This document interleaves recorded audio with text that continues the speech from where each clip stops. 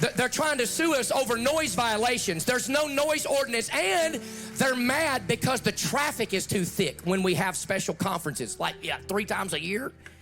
Yeah. You have to work with the police department 3 times a year. That's a lot.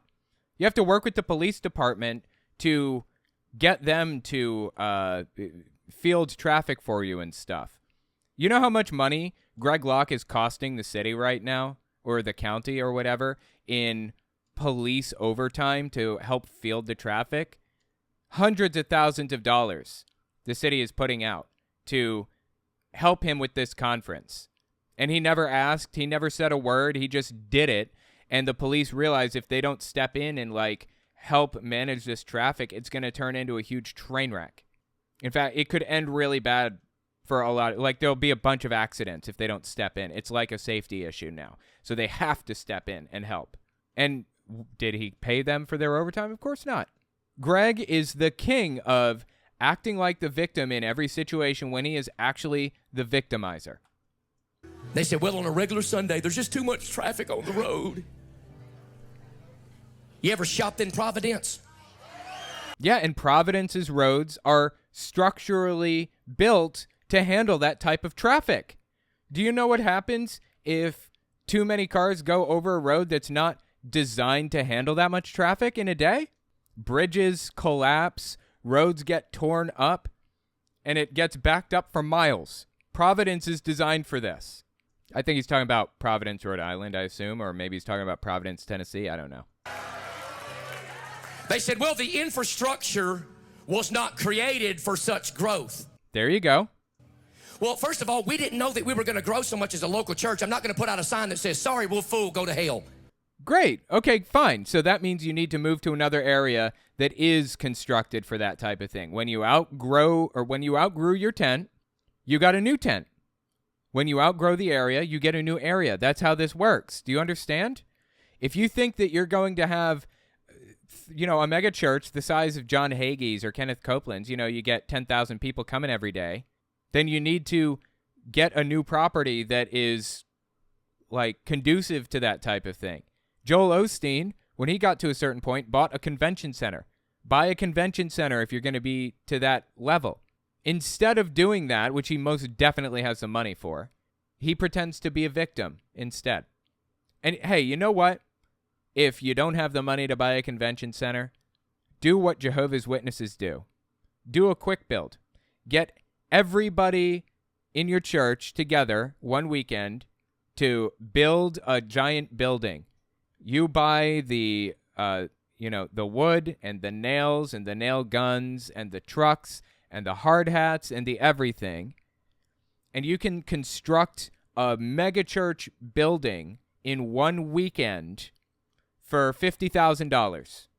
Dude said he spent $27,000 on, plumbing or something like that. Don't bother. Get your church together. You got plenty of blue-collar workers in your church, right? Get them all together one weekend. Have them construct a full-blown building. Of course, he's going to have to do it on a new property because there's a stop work order in this residential area.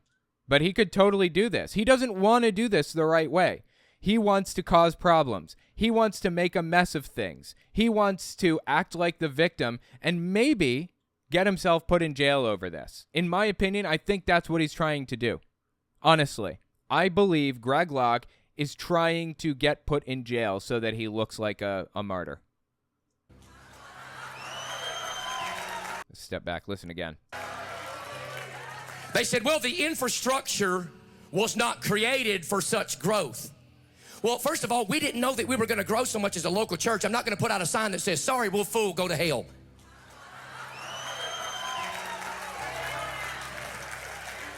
But they're like, the infrastructure won't support it. Have you been in Mount Juliet? The infrastructure supports nothing in this community. Then move. Move. Are you kidding me? Move. Move or pay for it to be upgraded. It's not on Mount Juliet or Wilson County to support your stupid mega church, okay? Move to an area that has infrastructure that already supports that. You know why he doesn't want to move, actually? At the very least, aside from the little conspiracy theory that I formulated about him attempting to go to jail or whatever, he doesn't have to pay city taxes. because he's outside city limits. So he's paying even less. He's contributing almost nothing to the community. He probably wouldn't have to pay city taxes anyways because he's a non-profit or whatever. He'd at least probably have to pay property taxes. I don't know how it works. But either way, the reason that he doesn't have to pay, or as a direct result of not living in an area that has property taxes or city taxes or whatever, as a result of living in that area, it means that that area isn't putting massive amounts of money into like repairing his repairing the roads or building new roads or building infrastructure that can handle this or that or whatever. This whole problem is easily solved by moving to an area that's designed to handle this type of thing, and he knows that. Have you driven through Lebanon? The infrastructure supports nothing in this community. Then move. I'm sorry we've grown. I'm not sorry we've grown. I'm sorry you're mad that we've grown. So fight against me, you can win. Fight against God, and you're sunk. You're done. He's acting like, it's the taxpayers' burden to pay for his growth. It's on the taxpayers to do this, but taxes are evil, and you shouldn't be expected to pay them anyways. He's like a far-right libertarian Republican type of person. Like, you can only pick one of these. Either you don't have to pay taxes, or you can have infrastructure. Which one? Before you even start, you cannot win. So there's a lot of political, legal jargon that I don't have time to go into. I've taken longer than I wanted to, but I ain't done. A lot of political, legal jargon, are they going to take down our buildings? Well, they want to. They want to call it's called a permanent enjoining. Until we come into their compliance. Not real compliance. Until we come into their compliance, they want. Well, what's the difference between their compliance and real compliance? They are the county. They are the legal authority in this area. So their compliance is real compliance. To come in and take down all the buildings, which it expressly is this one. I've been called 5 times.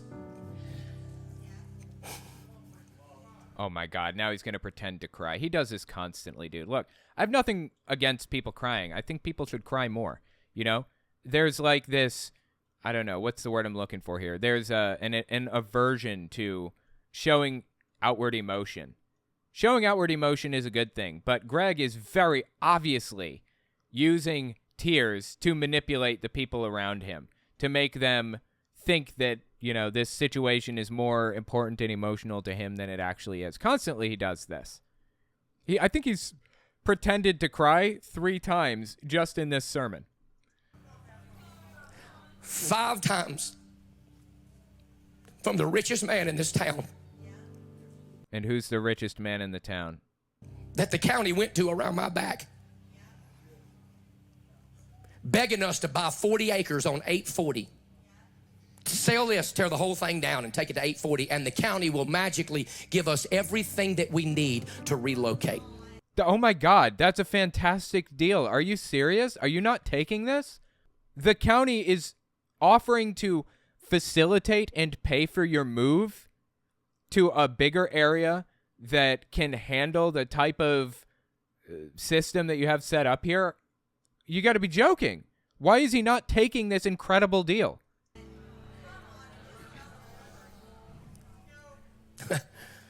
No, we ain't relocating. This preacher's not for sale.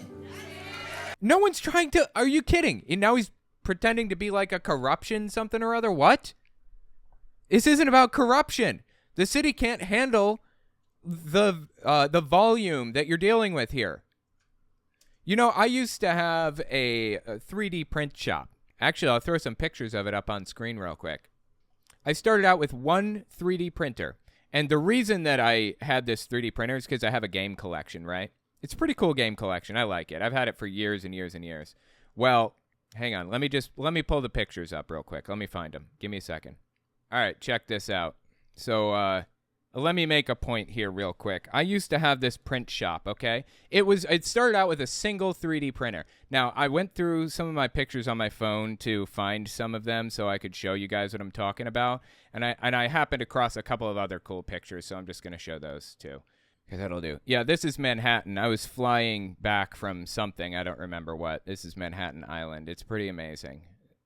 This is not the location that I live in, but this is the island that I live in. And it's actually a full-blown island. It's not a, the East River and the Hudson River, they're not rivers technically. They're like, I don't remember the name, straits or something like that, because it's coming straight from the ocean. It's ocean water. Okay, so I had this little 3D print shop back in the day, right? And it started out with one 3D printer, and it's because I have this game collection. Now, shit, I thought I had a picture of the game collection in here, too.